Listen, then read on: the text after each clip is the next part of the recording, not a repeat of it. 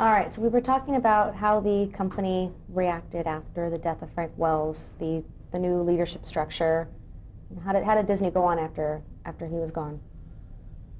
Well, as I say, it turned into the Michael show. Not long after that, at his own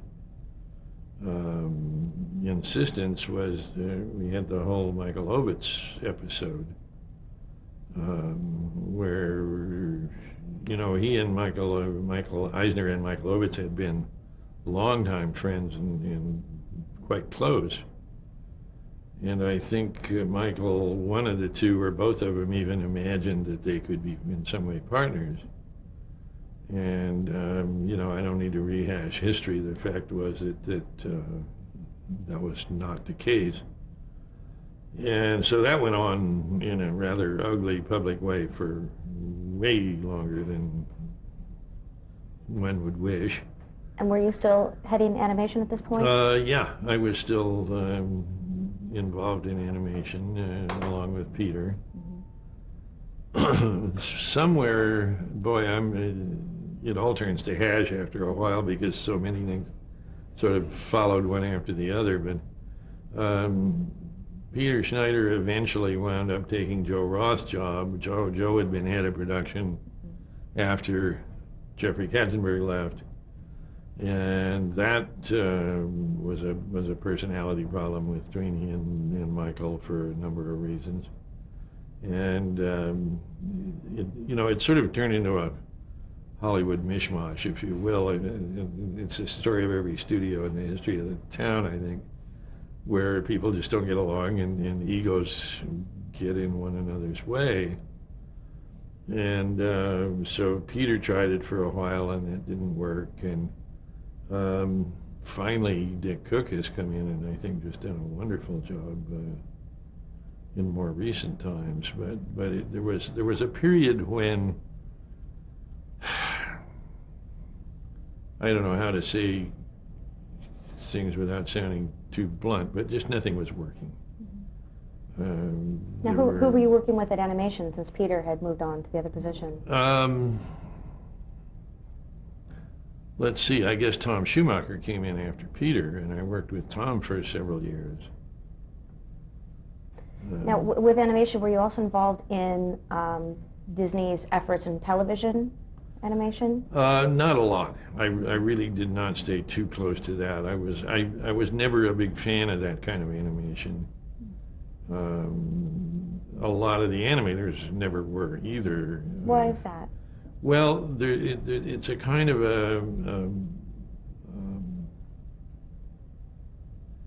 we had a great big meeting. That's the best way to explain it, maybe. We had a great big meeting of all the animation group one time, where we got them all in the same room together and said, look, we're making made-for-TV things and we're making TV shows, but we're also making features, and they all involve artists and animators.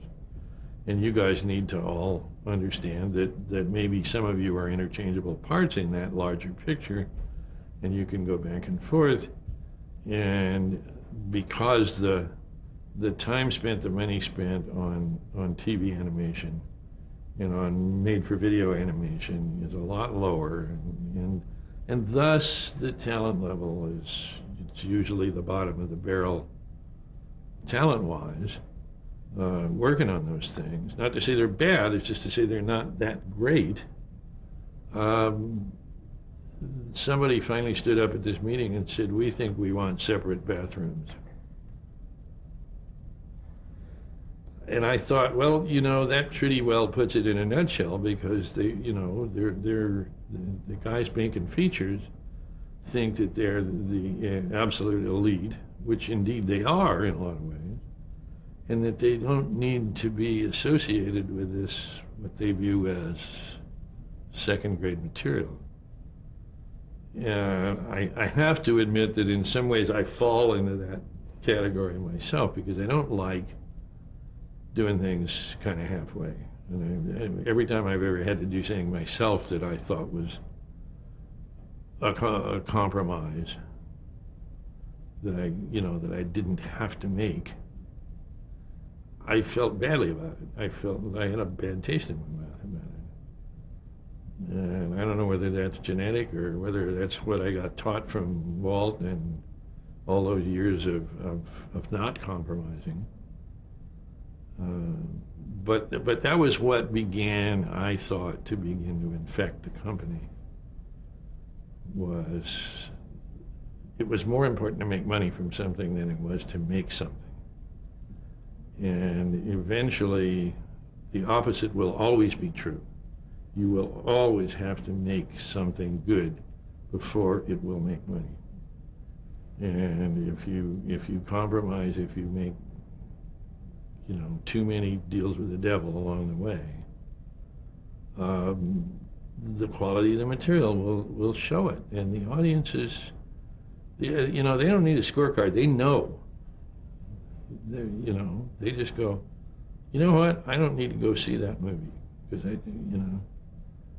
And so that was, kind of the final division to me of where that all eventually led. And that's oversimplifying enormously, because those things don't happen because people say, well, here's the new law. They just happen because you get careless, because they don't explain themselves well enough, because they don't demand enough of who's doing the work.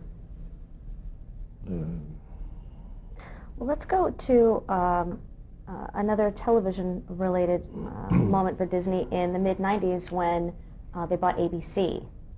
What did you think about that deal? Did you think Disney needed a network? I was torn. I felt a little kinship with ABC because of all those years that we were on the air with them, which related not at all to the ABC that then existed many years later.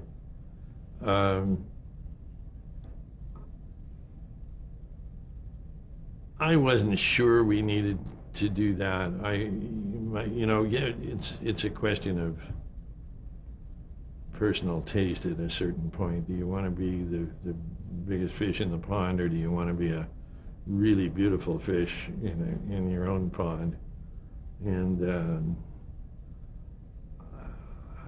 I was afraid, I still am, of the company getting so big that it doesn't have control of itself.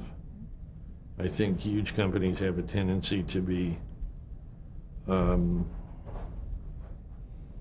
bureaucracies in the bad sense of the word, that every little bureau has its own set of rules and regulations, and they really aren't listening to, and they aren't looking up at what the larger picture is. And the more they use the word synergy, the less synergy actually happens. The best synergy is the one that does not bear the name. And so I was torn. It's come out all right, and I think nobody would have told you when that deal was being made that ESPN was going to turn out to be the weightlifter of the group. Nobody involved in it in any way ever would have thought that. And so that changed the whole proportion of everything, and when you look at the balance sheets and things, the biggest piece of Disney is ESPN. Isn't that interesting?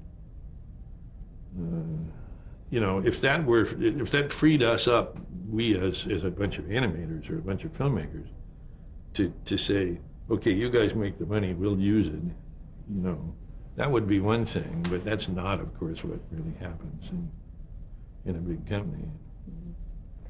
Well, before we move on to some more of the recent history, I wanted to talk about one project you did in '98, the Wonderful Ice Cream Suit. What was that project? Oh, golly, I've been a Ray Bradbury fan ever since I was in college. He's just a few years older than me, and he published his first book, I think, Martian Chronicles, about the time I was taking creative writing courses in college. And I remember desperately trying to write like Ray Bradbury, and while I was still in college. It was awful, but I tried. And so I've been a big fan of his ever since. And a good friend of mine, a director that I'd worked with, called me one time back in the 60s and said, there's a little play, this director is of Mexican descent, and Frank says there's this little play that takes place in East LA, where Frank had grown up, that's down in some little theater down in La Cienega, and you got to come and see it. And it was the Ice Cream Suit. And I went down there and just was hopelessly in love with the play. And Frank and I spent years trying to get Ray to give us the rights to do the movie. Ray at the time he made it into a musical at one point. He got Jose Feliciano to write a bunch of songs for it. And it didn't do all that well, but somehow or another, I finally run into a guy named Stuart. Stuart, I'll think of it in a minute. Who had directed it in Chicago on stage with Joe Mantegna and who else was in it back there? A couple of others. Anyway, and he came to me with this thing. And I said, God, I've wanted to make this movie forever. And he had already a script that was in fairly good shape. And I took it to Joe Roth, who at the time was head of production, and Joe gave us, still mad at him, a budget for a made-for-TV budget, which allows you to use lower union scale rates for everything you do, and thus make a movie for a lot less. And I just said, we got to make the thing, and we did. This was, I'll give you the year, it was 1997, because it was the year I broke my leg. And we had Edward James Olmos in it, and Isai Morales, and Joe Mantegna, and Sid Caesar and Howard Morris are in it, playing the shopkeepers. And it's a delightful little film, but it could never go anywhere because it was constrained by the fact that if you ever went theatrical with it, it had this made-for-TV budget attached to it. And it said if it goes theatrical, you got to go back and pay all those people again that worked on it all those years ago. And so the negative cost of it goes way high for a little story about a bunch of Mexicans in East LA, as charming as it is. But every time you run it theatrically, the audience goes crazy. They just absolutely love this little movie. Ray thinks it's the best thing that anybody ever made of anything he's ever written. And I mean, there's some pretty good stuff of Ray Bradbury out there. But that's one of my all-time favorite little stories. I still get a little... Well, another project you shepherded a few years later was Fantasia 2000. Yeah, I had a big desire to go on with that project. Fantasia, Walt had conceived Fantasia as a continuing process that you could run it, I think his real notion was put it in a theater in 10 or 15 towns or across America, let it run forever, and just continually replenish it so it'd be like every time you'd go back, you'd see a different movie.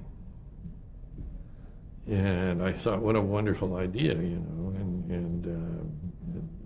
when I managed to talk Michael into this, way back in the 90s, when we had all this money rolling in from having Lion King and Aladdin and Beauty and the Beast, plus the videotape revolution had just started, and we were selling Fantasias on video. And kind of it was my price for allowing him to go out on video with Fantasia, that I get to make the new one. There was a little more than a little bit of that in there. And I spent the next 8 years making that movie. And I never had so much fun in my life, I would love to go back. I've since made sort of under the table about 5 more pieces for it, which Michael found out about. It was one of the things that really got him sore at me. But 3 of them have been nominated for Academy Awards, so I guess they weren't all bad. Destino, the little Salvador Dali piece, and 2 others. Yeah, how did that come about, Destino, dating back with Walt and Salvador Dali? How did it come back to life? Well, I had known about it all along because it was one of those sort of urban legends at the studio that Walt and Dali had worked together, and I was old enough at the time to know about it, and we knew that in the studio vaults were all these Dali paintings. And John Hench, who was the artist that had been assigned to work with Dali, was still with us and still going at age 90, whatever. Amazing, brilliant artist. And one of the nicest human beings you'd ever meet. And so when we were making Fantasia 2000, I had one of the intros to one of the pieces. We used Bette Midler as the host. And Bette was talking about the Disney, we called it the Disney that never was, pieces that had been proposed and worked on and art made on that were never finished. And so what we wanted to do on the big screen was float some of that artwork around behind her on the screen. And I knew the Dali stuff was there, so we grabbed a little of that and stuck it up in the film. And one of the attorneys called me and said, if you use that, the truth is that we don't actually own that artwork, because the Dali deal that was made said that the art produced in conjunction with the film will become Disney's property after the film is made. And so we don't own it. And there's even some question of whether the Dali estate could eventually come back and claim it for their own. And there's, 8 or 10 or 15, who knows how many $1 million worth of Salvador Dali originals there in our vault that nobody's ever seen. So I went, and about 2 days later I kind of go, well, does that mean if I made it now or finished it now, that then that artwork would become our property and we could then, sell it, profit from it in some way? Well, and the lawyers took about a month to kind of go, I don't know, and they finally called and said, if you make the film, or as close as you can to what you think they've meant to make, then we think you have a valid claim. The company would have a valid claim on the ownership. So I said, well, I bet I could make that thing fairly cheap. And John Hench is still here, and we'll get all this stuff out and look at it and see what it is. And there was a soundtrack, a song that had been recorded as part of it called Destino. There was an original song. And so that's what we did. And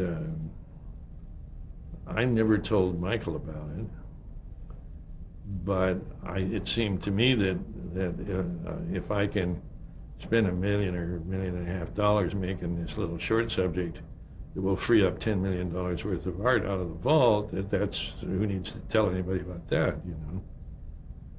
And that's another story, and he was angry with me for it and yelled at me and stuff, but so what? We got it made, and it's a really nice piece of work, and it continues. It's amazing. I think it's maybe the longest lasting thing I'll ever have anything to do with, because it's now down at LACMA in LA as part of the Dali and film exhibit down there. I went to London last spring with it. It opened at the Tate Modern in London as part of a Dali and film exhibit.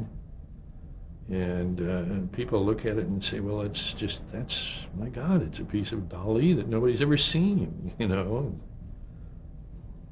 So that was an enormous fun. I mean, if you want to know what really gets me excited, that's the fun of what we do. Well, you've mentioned some less fun things that came your way afterwards, which was trying to remove Michael from the company. Well, and leaving the board. Talk a little about yeah, what happened there. well, it just got to a point where I felt that we were off in the wrong direction again, and that my belief was that Michael had kind of lost his sense of direction about what the company was and where it should go and what it should stand for, and I knew a lot of other people felt that way too, both in and out of the company. And my term on the board had expired, and I was supposed to, I'd reached the age of whatever age I was. What age was I? 72 or something? What is that, 5 years ago? Yeah. Yeah, I guess that's what it was. And so he decided that he needed to get rid of me. And that was the trigger, He sent a board member to tell me this. He never told me himself. That I had exceeded the age limit of board members, and that therefore I was not going to be asked back to be on the board again. And my just response to this guy was, I think you're making a big mistake. And that was what started the fight. And he said, well, you're not going to fire me. I'm going to quit before you can fire me. And of course, Stanley Gold followed along with that, and we created a website called Save Disney, and just started a fight. It was the only way. It was fight or die. I'm convinced that Michael thought once that he'd cut the cord that there'd be some fuss, but then it'd be over, and I'd just fade away, and that'd be the end of his problem. Not so much. There's something in the Disney blood that doesn't seem to work that way. Well, now, how did you? What was your campaign geared toward? How did you hope to remove him? Well, the only way we could really was to campaign against his management of the company and to try to convince. Because the market value of the company was not going anywhere. And the big owners of the company, of course, are all the funds and investment funds and so on. And they're concerned about their investments and where they're going. And if a company's not doing well or paying them a proper sort of return, they're concerned about that. And so we spent weeks and weeks and weeks traveling around, going to big board meetings and making our spiel about mismanagement, and that their alternative to make their investment better was to vote against Michael Eisner as CEO. And that indeed did happen. It wasn't enough to oust him, but it was enough when 45% of all the shares outstanding voted against him. And of the shares that actually voted, which is less than the total outstanding, it was close to 60% was a no vote. Well, the board clearly was put into a position where they can't go along with that. They can't, and I would wish to have been a fly on the wall at some of the meetings, but I, of course, wasn't privileged to do that. But it was clear that deals had to be made and arrangements had to be come to, and it didn't take too long. Now, after he left, he was replaced by Robert Iger. Right. How do you feel about his leadership of the company so far? I'm very, very pleased with what Bob has been doing. It was a tough job because he campaigned very hard to get himself to that position. And then that worried me because I know that to stay on one side of the race course, you've got to kind of bias your decisions to that side of the race course. if you don't feel that way and you really think it ought to be here, but you want to keep your job, you can't do that, you know. And it creates awkward moral circumstances. And so, of course, you worry about somebody who has, you know, has had to put himself in that position. And but I think he's done a really remarkable job of getting the thing onto an even keel and giving people their heads. You know, we always used to joke about they're all going to be singing "The Wicked Witch is Dead," and I did hear voluntarily a little bit of that. But there's a freedom over there that didn't exist under Michael, and he was very much of a micromanager, and it was impossible to do something without asking him if it was okay. You know, that's why I tell the Destino story, because it was ridiculous to get dressed down for making the company some money and giving it a little prestige. You know, and because he wasn't asked, it made him angry, and that's the wrong reaction. Did you rejoin the board after he left? No, I didn't want to.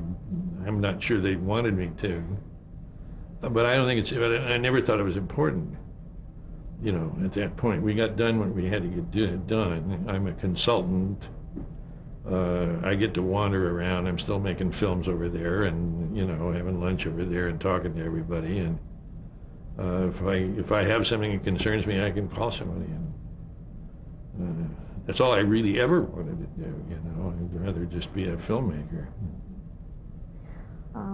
One of the last deals I want to talk about was the acquisition of Pixar, how that has changed the animation department, the atmosphere within the animation department since then. The other big thing that was going on just before Michael left was this feud he had gotten himself into with Steve Jobs about Pixar. Their deal, the multiple picture deal that had been made when Pixar was still Pixar, involved sequels to Toy Story in particular. And I know John Lasseter had a third version of Toy Story that he had wanted to make for a long time. And Michael had said, our deal doesn't involve us paying the same deal for sequels as it does for new films. And that was kind of the underlying cause of this huge uproar that just didn't need to happen. I mean, you know, Pixar was doing more for Disney than Disney was doing for Disney for a long time there, and one needs to recognize those things and be grateful. And instead, we get into a fight. And so, you know, finally at the end, after Michael's gone, I remember saying to Bob Iger that, you know, the first thing you got to do is get this stupid Pixar thing back down to a dull roar and make a deal, and whatever the deal is. And I'm enormously grateful to Bob that he's, you know, had the courage to say, let's go all the way with this thing. Let's just not make peace. Let's get together and become one. And so the result of that is that John has come in and is now running animation. Let's stop right there real quick.